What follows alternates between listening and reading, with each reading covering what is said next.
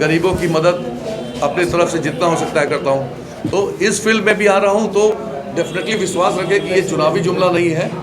पैसा कमाना अगर उद्देश्य होता तो मैं ऑलरेडी अपने प्रोफेशन में रहता, जहाँ पर कि आप समझ सकते हैं कि पैसा बहुत अच्छा आता है। अगर आप प्रोफेशन में सक्सेसफुल है तो पैसा आता है। तो पैसा छोड़ के आ रहा हूँ, अपना HOD पोस्ट छोड़ के आ रहा हूँ। तो डेफिनेटली मेरी एक ही सोच है कि अगर आप मुझे ये मौका देंगे तो मैं आपके जो विश्वास है उस पर खरा उतरने की पूरी कोशिश करूँगा और जो भी मैं कमिटमेंट्स दे रहा हूँ वो सारे कमिटमेंट पूरा करूँगा।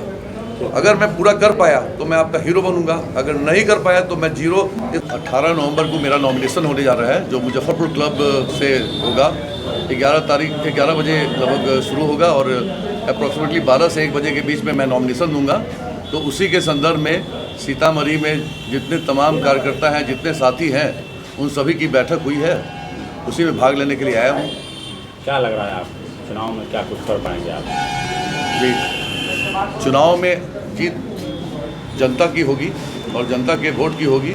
तो जो ग्रेजुएट्स जिनसे हम मिल रहे हैं तो वो ठगे हुए महसूस कर रहे हैं। 22 साल के अंदर में कोई ऐसा कार्य नहीं हुआ है, क्षेत्र से शिक्षा हो या चिकित्सा, दोनों ही क्षेत्र में कोई ऐसा कार्य नहीं दिख रहा है जिससे कि कोई बिहार के जनता की कोई प्रगति हुई या उन्नति हुई हो। मुझे लग रहा है कि 22 साल के अंदर में जो एक MLC का फ़र्ज होना चाहिए था, तो सबसे पहला फ़र्ज होना चाहिए था कि स्नातकों के लिए सोचते हैं, क्योंकि स्नातक जो होते हैं वो युवा होते हैं और युवा को एक दिशा देना एक MLC का काम होता है। आज के डेट में कोर्स 3 साल की जगह 5 साल में एक ग्रेजुएट का कोर्स हो रहा है, तो उसमें कोई भी पहल नहीं किया गया, जबकि वो बहुत आज के डेट में विपक्ष के वो विधान परिषद में वो सभापति रह चुके हैं, जो कि सबसे बड़ा पोस्ट होता है। तो एटलीस्ट वो काम कर सकते थे कि एटलीस्ट अगर मान लीजिए 5 साल का कोर्स हो रहा है तो 3 साल के कोर्स की जगह अगर 5 साल का हो रहा है उसको 4 साल कर देते। प्राइवेट कॉलेज और स्कूल में ये फैसिलिटी दिया गया है कि अगर 4 साल का कोर्स हो ग्रेजुएट का तो उसमें B.Ed की डिग्री मिल जाती है, जबकि यहाँ पर देखा जाए तो 3 साल का कोर्स करने के बाद में 5 साल में डिग्री मिल रही है।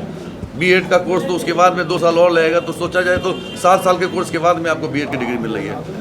दूसरी तरफ देखा जाए तो चिकित्सा के क्षेत्र में भी देखा जाए तो यहाँ सीतामढ़ी में मुझे कोई भी ऐसा गवर्नमेंट हॉस्पिटल नहीं दिख रहा है जो एम्स, और ये डेफिनेटली एम्स अगर मान लीजिए सीतामढ़ी का डिस्टेंस देखा जाए तो पटना से बहुत ज़्यादा है, अप्रॉक्सीमेटली 2.5 से 3 घंटा तो लग ही जाता है। तो क्या एक मरीज़ इसी आशा के साथ में जी लेगा, क्योंकि आज की जनरेशन में जो भी 40 साल के हैं, 30 साल के हैं, जिन्होंने 22 साल पहले वोट दिया होगा, डेफिनेटली 25 साल का उम्र रहा होगा, तो अभी 22 साल से ऊपर तो हो गया उनको ये वेट करते करते कि कोई अच्छा हॉस्पिटल खुले। यहाँ अच्छे डॉक्टर्स नहीं आ पा रहे हैं, क्योंकि हॉस्पिटल अच्छा नहीं है, ना ही मेडिकल कॉलेज है। मेडिकल कॉलेज आज के डेट में आ रहा है, तब आ रहा है जबकि बाकी मेडिकल कॉलेज ऑलरेडी वहाँ पर डी-रिकॉग्निशन के कगार पे हैं। जो मेडिकल कॉलेज सीतामढ़ी में खुला जा रहा है, क्या आपको लगता है कि वहाँ पर रिकॉग्निशन मिल पाएगा? क्या अच्छे डॉक्टर आ पाएंगे? सबसे पहले अगर मान लीजिए कि इतना बड़े पोस्ट पर थे तो यहाँ पर एम्स लाना चाहिए था। दरभंगा में आ गया, मुजफ्फरपुर में आते आते बचा, मुजफ्फरपुर में भी नहीं आया, मुजफ्फरपुर में आ रहा था, उसकी भी लड़ाई करनी चाहिए थी। अगर मान लीजिए कि 1.5 घंटा के रास्ते पर एम्स आ जाता तो डेफिनेटली फ़ायदा होता। आपको एम्स मिला भी कहाँ, तो यहाँ से 3 घंटा पे। अगर दरभंगा जाएंगे तो अलग डिस्टेंस है, अगर पटना जाएंगे तो अलग डिस्टेंस है। कहाँ कुछ मिल रहा है आपको एयरपोर्ट नहीं मिल रहा है, आपके पास में कोई हॉस्पिटल नहीं मिल रहा है, आपके पास में कोई अच्छा स्कूल नहीं मिल रहा है। नेतरहाट स्कूल पहले अखंड बिहार का एक स्कूल होता था, क्या आज के डेट में कोई स्कूल है? सिर्फ और सिर्फ अगर MP बनने के बाद में अगर कुछ बोला जा रहा है तो वो कुछ जात और कुछ धर्म के बारे में बोला जा रहा है। मुझे नहीं लगता है कि MLC का फ़र्ज जात के आधार पर बांटना होना चाहिए। और अगर उनका मतलब वैसे अगर गुरु ऐसे हैं तो पता नहीं चेला कैसा होगा। आम लोगों को तो, आम वोटर को तो ठगते ही हैं, लेकिन पढ़े लिखे वोटर जो है उनको भी ठगने का काम किया जा रहा है। क्या कहना चाहेंगे?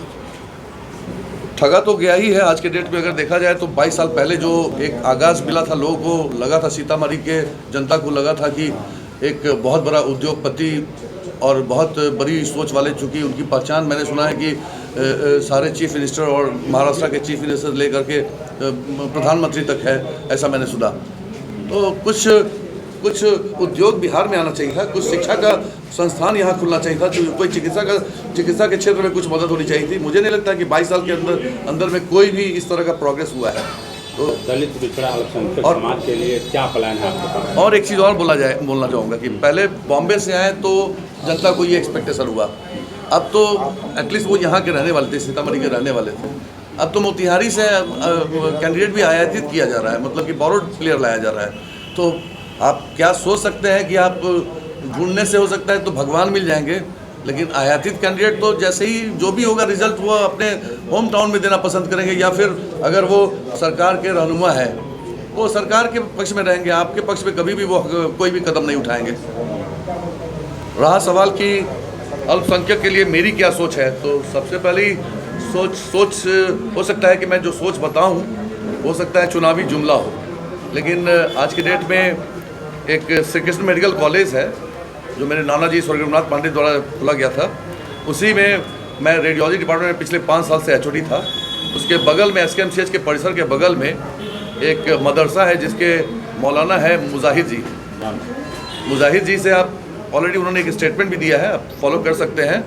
तो उस स्टेटमेंट में भी उन्होंने बोला है कि पिछले 20 साल से वो मदरसा में जो है जो भी गरीब पेशेंट होते हैं, जैसे अभी कैंसर इंस्टीट्यूट खुला हुआ है टाटा कैंसर इंस्टीट्यूट, तो वो कैंसर इंस्टीट्यूट में जो भी मरते हुए मरीज रहते हैं तो उनके रिलेटिव्स आप समझ सकते हैं कि बहुत महंगी दवाइयाँ होती है, तो उनके रिलेटिव्स के पास में पैसे कितने रहते होंगे आप खुद सोच सकते हैं।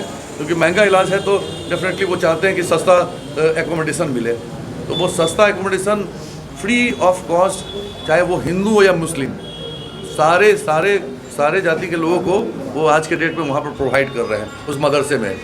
मुझे सिर्फ इतना करना होता है, एक बार ये रोज़ा हो रहा था तो उसमें मुझे भी बुलाया गया था, मैं डॉक्टर अंजार अहमद खान और एक डॉक्टर रिजवान जो कि पटना के हैं, वो पटना के रहने वाले हैं, वो आज के डेट में पीडियाट्रिशियन है, तो हम लोग सब कोई मिल करके गए थे वहाँ पर।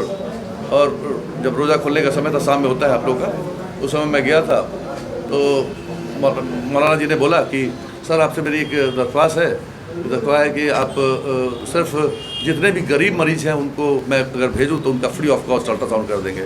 तो 20 साल से वो अपने एक कागज़ पे जो पैड है उस पर लिख करके देते हैं कि फलना का ये जांच फ्री करना है, फलना का ये जांच फ्री करना है। वो न जात देखते हैं न धर्म देखते हैं, जिनका भी भेजते हैं वो जैसे ही भेजते हैं हमारे यहाँ पर फ्री हो जाता है। तो 20 साल से हम एटलीस्ट ये परोपकार अगर मान लीजिए हम इसलिए कर रहे हैं, इसलिए नहीं कर रहे हैं कि हमको इलेक्शन लड़ना है, क्योंकि इलेक्शन लड़ना मेरा कभी प्रायोरिटी नहीं था। 20 साल से हम इसलिए कर रहे हैं कि गरीबों का अगर कोई भला वो सोच वो कर रहे हैं। वो आज के डेट में अगर मान लीजिए कि मुजाहिद जी जो है, अगर कोई हिंदू परिवार से कोई आता है तो गरीब अगर मान लीजिए मर जाता है तो उनको जलाने का, बॉडी जलाने का काम करते हैं, दफनाते नहीं हैं, जलाने का काम करते हैं। अगर कोई गरीब मुस्लिम मर जाता है तो उसको दफनाने फ्री ऑफ कॉस्ट दफनाने का काम करते हैं। बहुत अच्छे इंसान है वो। तो हम भी एक मदद कर रहे हैं कि अगर ऊपर एक दिन तो मरना ही है, मान लीजिए किसी न किसी दिन मरना ही है, तो अगर ऊपर जाएंगे तो एटलीस्ट कुछ तो अच्छा कार्य होना चाहिए।